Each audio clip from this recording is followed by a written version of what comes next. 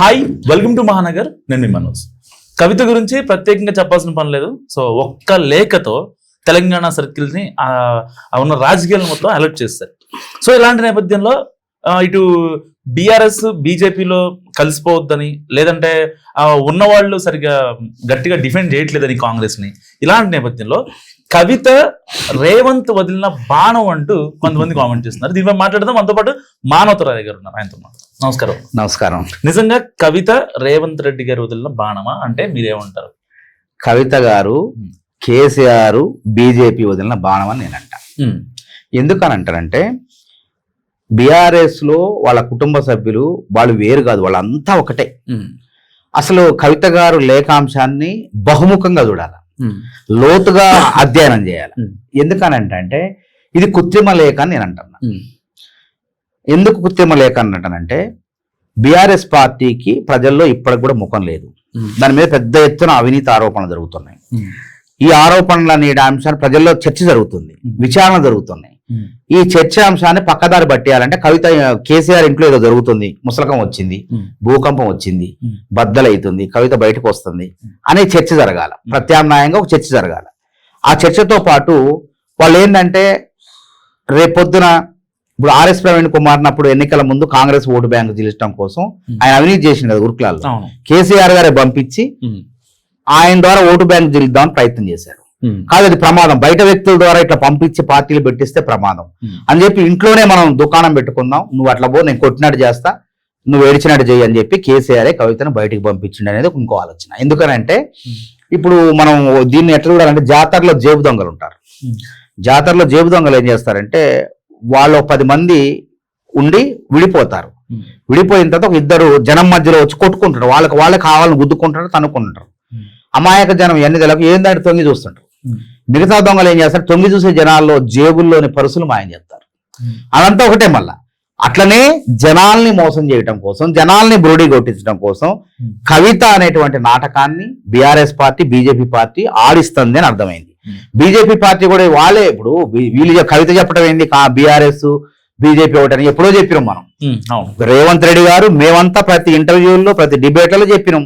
అంతేకాకుండా కొండా విశ్వేశ్వరరెడ్డి గారే చెప్పిండు మనం అసెంబ్లీ ఎన్నికల ముందు కవితను అరెస్ట్ చేయకపోతే ప్రజలు మనం నమ్మరని చెప్పిండు.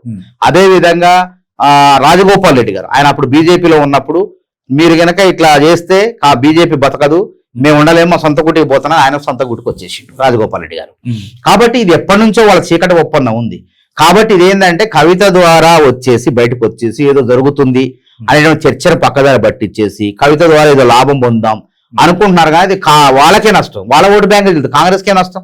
ఇంకా వాళ్ళ మీద వాళ్ళ పట్ల ప్రజల్లో ఇంకా వ్యతిరేకత పెరిగింది. వీళ్ళు కొట్టుకుంటున్నారు, వీళ్ళు తనుకుంటున్నారు. ఇంకొక అంశం ఏంటంటే ఆస్తి తగాదా కూడా చూడొచ్చు. ఇప్పుడు ఎక్కడైనా కానీ రావు రమేష్ ఒక డైలాగ్ ఉంటుంది సినిమాలో, శత్రువులు ఎక్కడో ఉండర్రా, మన పక్కనే అక్కజెల్లెల రూపంలో ఉంటారు అన్నట్టు.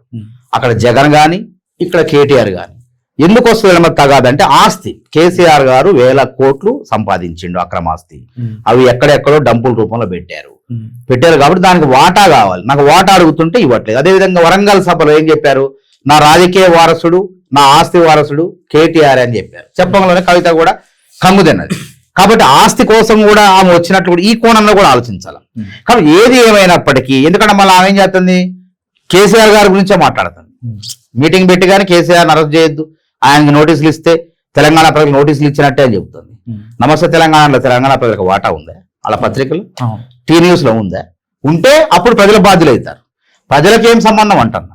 కాబట్టి కవిత గారి అంశం అనేది ఒక నాటకీయ పరిణామాల మధ్య జరుగుతుంది. దీన్ని ఆలోచనాత్మకంగా చూసుకోవాలి. ఇప్పుడు షర్మిలా గారికి ఒక పోలిక ఉందంటారు.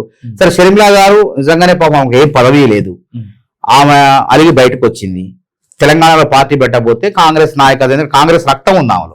కాబట్టి కాంగ్రెస్ నాయకత్వం ఆమెను బుద్ధగించి నువ్వు అక్కడ అమ్మ అడిగిపో, అక్కడ పార్టీ పెట్టని చెప్పి అడిగి పంపించాం. మరి ఇక్కడ ఏం జరిగింది, ఎమ్మెల్సీ చేసే, ఎంపీ చేసే, అన్ని చేసే, జైలుకు పోయొచ్చా, లిక్కర్ స్కీమ్ లో జైలుకు పోయొచ్చా, పెద్ద ఇల్లు కట్టుకునే అన్ని ఉండే. కాబట్టి ఇది వ్యూహాత్మకంగా ఒక ఎత్తుగడగా మేము భావిస్తున్నాం.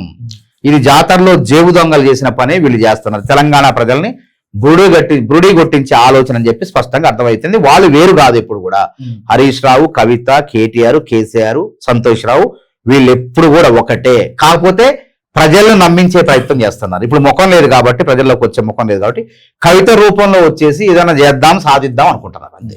కవిత ప్రకంపనల విషయంలో అసలు కాంగ్రెస్ వైఖరి ఏంటి? పైనుండి నవ్వుతుందా, లేదంటే కాంగ్రెస్ వ్యూహం సక్సెస్ అవుతుందని అని పైనుండి వ్యూహం లేదండి. వాళ్ళు ఎప్పుడు పడితే అప్పుడు ఏం చేసేది అధికారం ఉన్నప్పుడు గోతికా నక్కల్లాగా కాంగ్రెస్ పార్టీ గేట్ దగ్గర కెమెరాలు పెట్టి వీళ్ళు ఏం చేసుకుంటున్నారా, వీళ్ళు 4 గోళ్ల మధ్య ఏం జరుగుతుందా, ఇట్లా ఇంత గోరంతలు కొండింతలు చేసేది. ఇలా వాళ్ళది ఏమైంది, కొండింతలు మొత్తం అనకుండానే గొడవలు బయటకు వచ్చేసి. కాబట్టి ఈ గొడవలు జరిగే క్రమంలో కాంగ్రెస్ పార్టీ ఏం చూస్తుంది ఇట్లా. ఇప్పుడు చూస్తుంటే వాళ్ళు ఏమంటున్నారంటే, ఇప్పుడు ఎవరైనా గొడవ జరుగుతుంటే చూస్తాం మనం, వాళ్ళ కవిత గారి బాధ ఎట్లుంది, లేకపోతే కేటీఆర్ గారు బీఆర్ఎస్ నాయకులు ఏమంటున్నారంటే ఇదంతా కాంగ్రెస్ చేసింది అంటారు. ఈ కాంగ్రెస్ కి ఏం సంబంధం?